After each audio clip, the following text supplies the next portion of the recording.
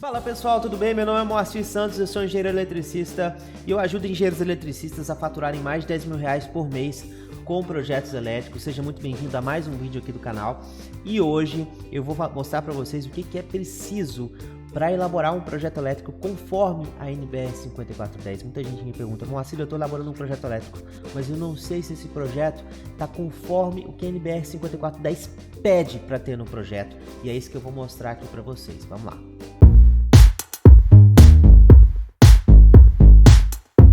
Então a gente tem aqui a nossa NBR 5410 de 2004, a gente está ainda na revisão de 2004, teve uma versão corrigida em 2008 e agora a gente vai ter uma nova versão muito provavelmente em 2023, 2024, mas está por aí, está saindo essa nova versão, tá? É a nossa norma de instalações elétricas e baixa tensão. Quando você vai elaborar um projeto elétrico, você tem que se basear nessa norma de instalações elétricas em baixa tensão.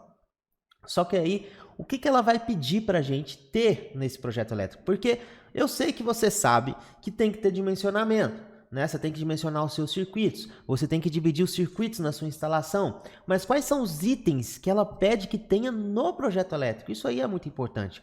Então aqui, pessoal, eu não vou focar na parte de dimensionamento, né? Toda essa parte de dimensionamento, de divisão de circuitos, utilização de DR, equipotencialização, a gente sabe que precisa ter. Eu vou falar especificamente dos itens que são necessários no projeto, que precisam conter no projeto elétrico, tá certo?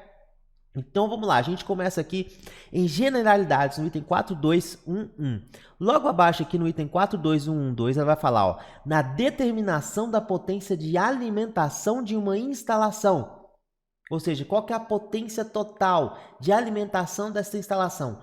Ou de parte de uma instalação, um quadro de distribuição que vai alimentar um conjunto de cargas. Devem ser computados os equipamentos de utilização a serem alimentados. Ou seja, devem ser computados e incluídos os equipamentos de utilização que devem ser alimentados nesta potência de alimentação. Toda vez que eu falo, então, potência de alimentação, eu estou associando isso à alimentação total da instalação ou à parte dessa instalação. E o centro disso é o quadro de distribuição, né? E o que tem que ter computado nesses elementos? As suas respectivas potências nominais e em seguida consideradas as possibilidades de não simultaneidade de funcionamento destes equipamentos, bem como a capacidade de reserva para futuras ampliações. Aqui ela está falando muita coisa. Ela está falando que na determinação da potência de alimentação de uma residência é necessário computar os equipamentos de utilização. Você tem que ter esses equipamentos computados, tudo direitinho. Quais equipamentos com as respectivas potências nominais. Você tem que considerar também a não simultaneidade. O que significa isso, pessoal? Demanda. A não simultaneidade é, será que esses equipamentos todos vão estar ligados ao mesmo tempo? Ou será que nesse conjunto de cargas, uma carga vai estar ligada e a outra não vai estar ligada? Vai ter uma não simultaneidade de cargas, porque isso influencia no dimensionamento final. Por isso que existe o cálculo de demanda, que é exatamente quanto de demanda essa carga vai exigir no funcionamento. Por exemplo, se eu falar de uma residência, é muito difícil que uma residência, todas as luminárias estejam ligadas. Todos os ar-condicionados também, todos os pontos de tomadas também, o motor da piscina, todos os chuveiros ligados. Isso não acontece, não é verdade? Então existe um fator de não simultaneidade nessa residência, que vem e é descoberto pelo cálculo de demanda que está presente nas concessionárias.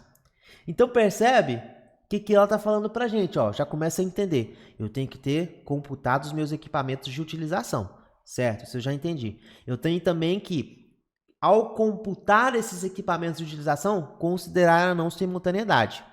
Tem que calcular a demanda dessa edificação. É a segunda coisa.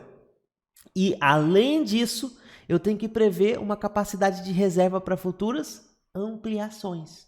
Então, 3 itens já que você consegue ver em apenas um item da 5410. Em um meu projeto eu tenho que computar os equipamentos, tenho que considerar a não simultaneidade e tenho que considerar a capacidade de reserva para futuras ampliações. E uma coisa importante aqui, ela não fala o quanto de reserva deve ser considerado, mas ela fala que deve ser considerada uma capacidade de reserva para futuras ampliações. Isso vem do projetista. Principalmente se você está trabalhando com ambiente comercial. Se você está trabalhando com ambiente comercial, isso é algo que você precisa ver com o seu cliente. Não é algo que você resolve por si só. Porque o seu cliente vai saber, olha, eu quero futuramente ampliar essa carga aqui, assim, assim, assim. E aí no dimensionamento você deve considerar esses fatores. Em residência, isso geralmente não acontece muito. Você faz o dimensionamento, a demanda já é muito baixa, porque a simultaneidade de cargas não é tão alta. E aí você não precisa calcular uma capacidade de reserva, mas isso precisa estar dentro do seu projeto. Percebe? Não quer dizer que você não está considerando, que você não deve avisar isso no projeto. Não foi considerado capacidade de reserva para futuras ampliações, conforme solicitado pelo cliente, conforme conversado com o cliente. Isso pode estar no memorial descritivo, isso pode estar no próprio projeto, nas notas desses projetos.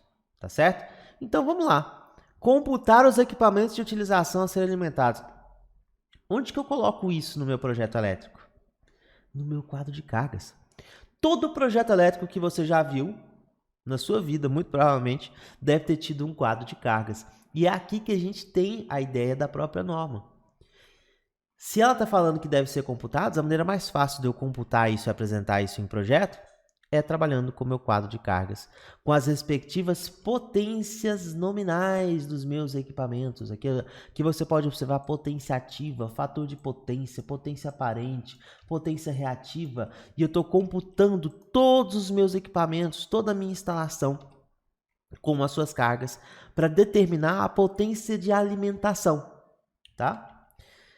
E onde que vem a não simultaneidade? É só aí que a NBR 5410 fala sobre os fatores de demanda, além de eu dimensionar a potência da minha alimentação, computando os meus equipamentos de utilização, eu preciso calcular a demanda, ele não falou pra gente? Para eu calcular a demanda, a instalação deve ser executada a partir de projeto específico no item 6181, que deve conter, no mínimo, parâmetros de projeto, que incluem, isso aqui é muito importante, correntes de curto-circuito, queda de tensão. Então, essas informações precisam ter no projeto. O simples fato, como assim, uma corrente de curto-circuito? Sim. Por que eu preciso ter corrente de curto-circuito e a especificação dessa corrente no meu projeto? Porque ela vai definir qual que vai ser a capacidade de interrupção dos meus disjuntores nos quadros de distribuição. Todo disjuntor que você compra, ele tem uma capacidade de interrupção, ou seja, o quanto ele aguenta de curto-circuito. Para eu especificar qual o disjuntor correto, tem que saber o nível de curto, lá no quadro principal. E isso é um dos parâmetros de projeto. Queda de tensão é outro parâmetro, já envolve dimensionamento. Fator de demanda é outro parâmetro. E tá aqui também específico. Tem que ser computado isso no seu projeto elétrico também. Mas como que eu obtenho esses fatores de demanda, Moacir? Eu não sei. Eu não tenho nem ideia. Normas locais. Tá? Não é a NBR 5410 que vai te dar fator de demanda. Tem muita gente, e às vezes vejo muita gente falar assim, de acordo com a 5410, os fatores de demanda. Pessoal, não tem. Algumas concessionárias, por experiência, por padronização, elas têm dados específicos. Elas vão trazer fatores de demanda relativos a edificações diferentes e relativos a equipamentos. Então você vai encontrar nas concessionárias ar-condicionado de tantos BTUs, quantidade, ambiente comercial, tem fator X de demanda. A ideia da demanda é você aplicar um fator de demanda específico para uma carga específica. E essa carga ela tem um comportamento. Então, se tem 10 chuveiros, será que vão ser os 10 a ser utilizados? Se não vão ser 10, vão ser 5. Fator de demanda 0,5. E isso as concessionárias fazem uma média e trazem essas informações. Mas assim, são todas as concessionárias que vão ter fatores de demanda? Não são todas as concessionárias que vão ter. E aí você pode pegar esses parâmetros de uma concessionária ou de outra, né? Por exemplo, o livro do professor Ademar Cotrim traz fator de demanda, especificamente, se eu não me engano, da Eletrobras. Mas esses fatores de demanda podem variar de acordo com cada concessionária. Isso vem muito de experiência também do projetista. O próprio projetista pode determinar fator de demanda, porque tem algumas edificações industriais, por exemplo, que elas têm um funcionamento peculiar. E você precisa verificar com o seu cliente como vai funcionar esse fator de demanda. E é interessante também, né? Mas normas locais é um parâmetro, tá? para você identificar isso. E a capacidade de reserva? Falamos de demanda, falamos de computar esses equipamentos através do quadro de cargas. E a capacidade de reserva? Como que eu faço a capacidade de reserva? Ó, capacidade de reserva para futuras ampliações. Não é espaço reserva. A gente vai ter espaço reserva na tabela 59, específica para quadros de distribuição. Capacidade de reserva é aplicar um fator de reserva 10%, 15% acima da potência dimensionada através do cálculo de demanda. Vou repetir. Você fez lá seu quadro de cargas. Fez seu quadro de cargas. Terminou seu quadro de cargas, o que você vai fazer? Cálculo de demanda. Mesmo que seja 100%, apresenta isso em projeto. Fez o cálculo de demanda, o que você vai definir? Capacidade de reserva. Olha a sequência. Então, esse cálculo de demanda deu X de acordo com essa carga que vai ser lá existente. Mas aí a capacidade de reserva eu vou aqui aplicar 10%, 15%, porque ele disse que ainda vai fazer uma ampliação, vai trabalhar com um galpão lá no fundo ou alguma coisa do tipo. E aí você aplica essa capacidade de reserva. Não confunda a capacidade de reserva com o espaço reserva. São duas coisas diferentes na NBS 5410. Eu trouxe isso aqui para você entender. Espaço reserva é o espaço do quadro. Então a gente tem lá um quadro de distribuição. Tem vários, tem edificação que tem 3, 4, 5, 6, 7, 8 quadros de distribuição, de acordo com cada ponto e região dessa edificação. Então a gente tem lá esse quadro. Esse quadro, ele vai ter lá o primeiro trilho, vamos supor, né? O segundo trilho e o terceiro trilho. Aí, esses dois trilhos estão cheios, mas aqui, nesse último trilho, está vago.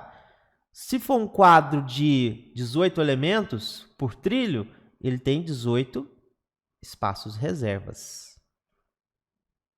Então, quando ela fala de quadro de distribuição, não é capacidade de reserva, é espaço. Então, na tabela 59, você tem aqui, ó, quadro de distribuição, espaço reserva. Se você tem um quadro até 6 circuitos, deixa 2 de reserva. Se você tem um quadro de 7 a 12 circuitos, deixa 3 de reserva. Um quadro de 13 a 30 circuitos, deixa 4 de reserva. Um quadro com acima de 30 circuitos, 0,15 vezes o número de circuitos totais, que vai ser o seu espaço reserva. E aí ela traz uma nota, ó. A capacidade de reserva deve ser considerada no cálculo do alimentador do respectivo quadro de distribuição. Ou seja, não tem nada a ver com espaço reserva. E ela deixa bem claro, ó, uma coisa é espaço, outra coisa é capacidade. A capacidade você considera no cálculo do alimentador. Computando os equipamentos, fez a demanda, faz a capacidade. Espaço é o espaço que tem no quadro. São coisas diferentes, mas também deve ser considerado no seu projeto elétrico. Onde que você vai trazer essa informação de espaço reserva no projeto elétrico? Se você for fazer o quadro de distribuição ou se você for fazer também o diagrama unifilar, que é a representação desse quadro de distribuição. Aí você considera o que a tabela 59 traz para a gente, tá? E previsão de carga, que é justamente o que a gente vem falando aqui, né? Nessa previsão de carga, é um item que tem que ser considerado aonde? No item 4212 ela fala, ó, a previsão de carga de uma instalação deve ser feita obedecendo as prescrições do 42121 e do 42123. E a gente vai no 42121, no geral ela fala, ó, a carga a considerar para um equipamento de utilização, a carga para alimentação dele e para dimensionamento, é a potência nominal por ele absorvida, dada pelo fabricante ou calculada a partir da tensão nominal, da corrente nominal e do fator de potência. E onde que a gente vai ver isso novamente? No quadro de cargas. Então ela está dizendo para a gente aqui que para eu fazer uma previsão de carga, de alimentação, dimensionar o meu circuito, meu equipamento de utilização, eu preciso fazer o quê?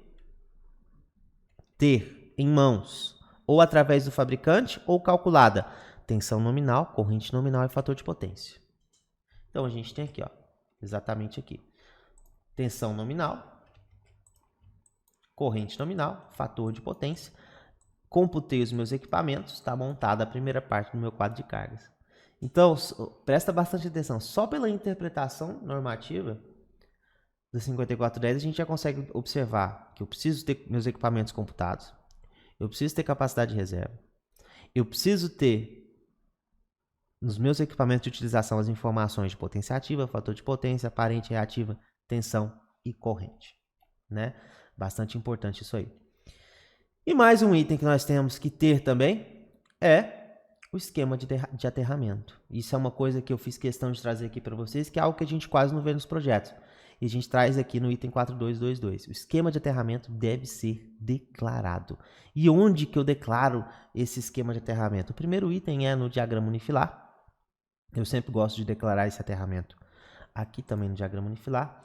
Na própria planta baixa do projeto também eu costumo declarar, ó, TNS no meu projeto elétrico, conforme a NBR 5410/2004, né, no padrão de medição, que é onde geralmente é definido o meu esquema de aterramento. Deixo nessas duas informações aqui, né, mas também posso deixar também nas notas de projeto. O seu projeto ele precisa ser redundante o tempo todo, então deixo também nas notas de projeto que o esquema de aterramento ele deve ser declarado, tá certo? Além do esquema de aterramento, o que eu tenho que ter mais de informação nas notas de projeto? O valor da tensão nominal e da frequência do meu projeto. O valor da corrente de curto-circuito presumida, que nem eu trouxe a informação lá para vocês, no ponto de suprimento.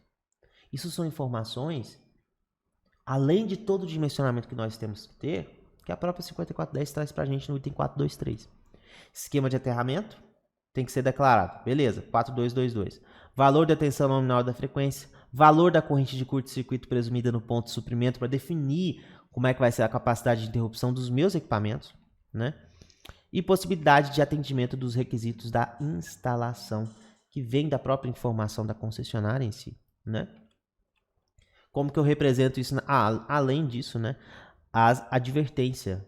Se você está trabalhando em um local de habitação, em uma residência, você tem que ter a nossa advertência no item 65410 também, né? Para ter nas notas de projeto. Isso especificamente são informações de nota de projeto. Esquema de aterramento, valor da tensão nominal e frequência, valor da corrente de curto-circuito, possibilidade de atendimento dos requisitos da instalação. Vai ser trabalhado um atendimento aí com disjuntor de tanto, cabo de tanto, conforme concessionária tal. E a advertência, a placa de advertência nos quadros de distribuição também deixo em notas de projeto.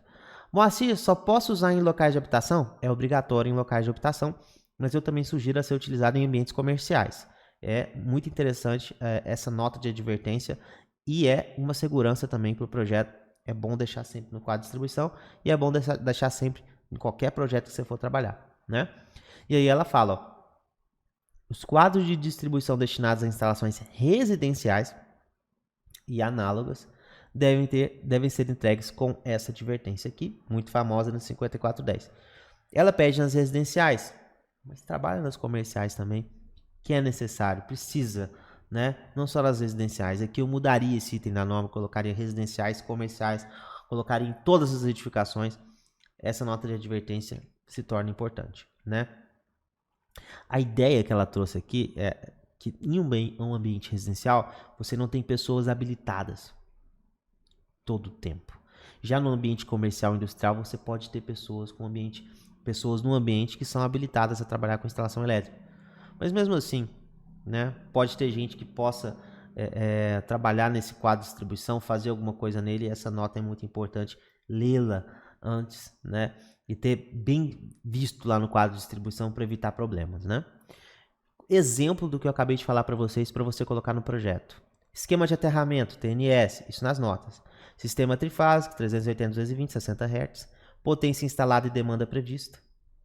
Informação nas notas também. Corrente de curto-circuito presumida no QDFL de 5K. O cálculo dessa corrente, você não precisa nem mostrar muitas vezes. É bom você mostrar isso no memorial descritivo ou de cálculo. Mas a informação tem que ter no projeto. E todos os quadros de distribuição deverão ser entregues com a seguinte advertência. E aí, mostrar a advertência logo abaixo. Tá? Outra coisa muito importante também é dizer quais as normas que estão sendo trabalhadas. Né? Diz em nota de projeto. Quais são as normas que estão sendo trabalhadas. A norma do eletroduto, a norma da fiação, a norma do disjuntor. É muito importante trazer isso. Qual que é a infraestrutura que está sendo trabalhada? Colocar nas notas de projeto também. Está sendo utilizado o eletroduto, PVC, rígido, no ambiente comercial. Está sendo utilizado o eletroduto de PVC flexível laranja na laje. Está sendo utilizado o eletroduto de PVC flexível na parede. Né? Então essas informações são bastante importantes de infraestruturas que têm que ser trabalhadas. Foi utilizado o leito 300% de alimentação do QGBT. Então essas informações, essa descrição, além de ter no memorial descritivo, é bom que tenha também nas notas do seu projeto. E além disso, os parâmetros repetitivos em projeto, condutores, eletrodutos, o que você colocou em planta baixa, coloco de informação também nas notas de projeto, é bastante importante e a norma traz isso repetidas vezes para a gente. As informações que ela fala que tem que ter no projeto, a gente coloca em nota, a gente coloca também no quadro de distribuição, coloca no diagrama unifilar, coloca no próprio projeto em si, né? E aí a gente tem um dos itens mais importantes que reflete o projeto, que é o item 618, documentação da instalação. E aí ela fala, ó, a documentação da instalação. A instalação deve ser executada a partir de projeto. A instalação deve ser executada com projeto. Muita gente fala, Moacir, a 5410 obriga a ter projeto. Olha aqui, item 6181. A instalação deve ser executada a partir de projeto específico. Não pode ser executada sem projeto. Qualquer instalação. Que deve conter, no mínimo, plantas, a linha A. A linha B, esquemas unifilares. Aí a gente vem já com diagrama unifilar, um diagrama multifilar. Detalhes de montagem, ter detalhe no meu projeto. Como que é instalado essa iluminação? Como que é instalado? Como que vai ser a montagem das tomadas? Qual é a norma aplicável a essas tomadas? 14136 de 2012. Qual que é essa norma? Ter esses detalhes de montagem para facilitar. Como é que vai ser montado o ar-condicionado e a alimentação dele? E isso enriquece o seu projeto. Então, quando ela fala que quando necessário, é sempre. Quanto maior a quantidade de detalhes, melhor o seu projeto. Ela fala também para ter um memorial descritivo da instalação. Né? O que é o memorial descritivo? É descrever a instalação, tanto na alimentação, no aterramento, nos tipos de caixa, nos tipos de eletrodutos, nos cálculos que foram utilizados. É um memorial descritivo. Especificação dos componentes, que já acontece no próprio memorial descritivo, mas pode também ser trabalhado nas notas de projeto, pode ser trabalhado nas informações do próprio projeto em si. E aqui tem os parâmetros de projeto, que aí esses parâmetros eu deixo para trabalhar nas notas. Correntes de curto-circuito, queda de tensão, posso fazer os cálculos e mostrar no projeto também. Fatores de demanda, faço o cálculo de demanda. Temperatura ambiente, aqueles outros, esquemas de aterramento e assim por diante, deixo para colocar também nas notas de projeto, tá? Então vamos pegar o exemplo do 618 aqui, ó. Aqui a gente pode ver plantas, a linha A. Aqui a gente pode ver detalhes de montagem, a linha C, tá? Especificação dos componentes, a gente pode mostrar isso em um detalhe, mas pode mostrar na própria legenda do meu projeto. Especificação dos componentes, né? E a gente pode ver também, isso aqui é o mesmo projeto, ó, parâmetros de projeto, cálculo de demanda, representa o meu cálculo de demanda no projeto. Queda de tensão, representa a minha queda de tensão também no meu projeto. Esquemas unifilares, a linha B, represento também no meu projeto. Então, percebe? O item que está na 5410 a gente reflete para a execução e elaboração do meu projeto. É assim que a gente faz os itens da 5410 refletirem num projeto qualquer que você for elaborar.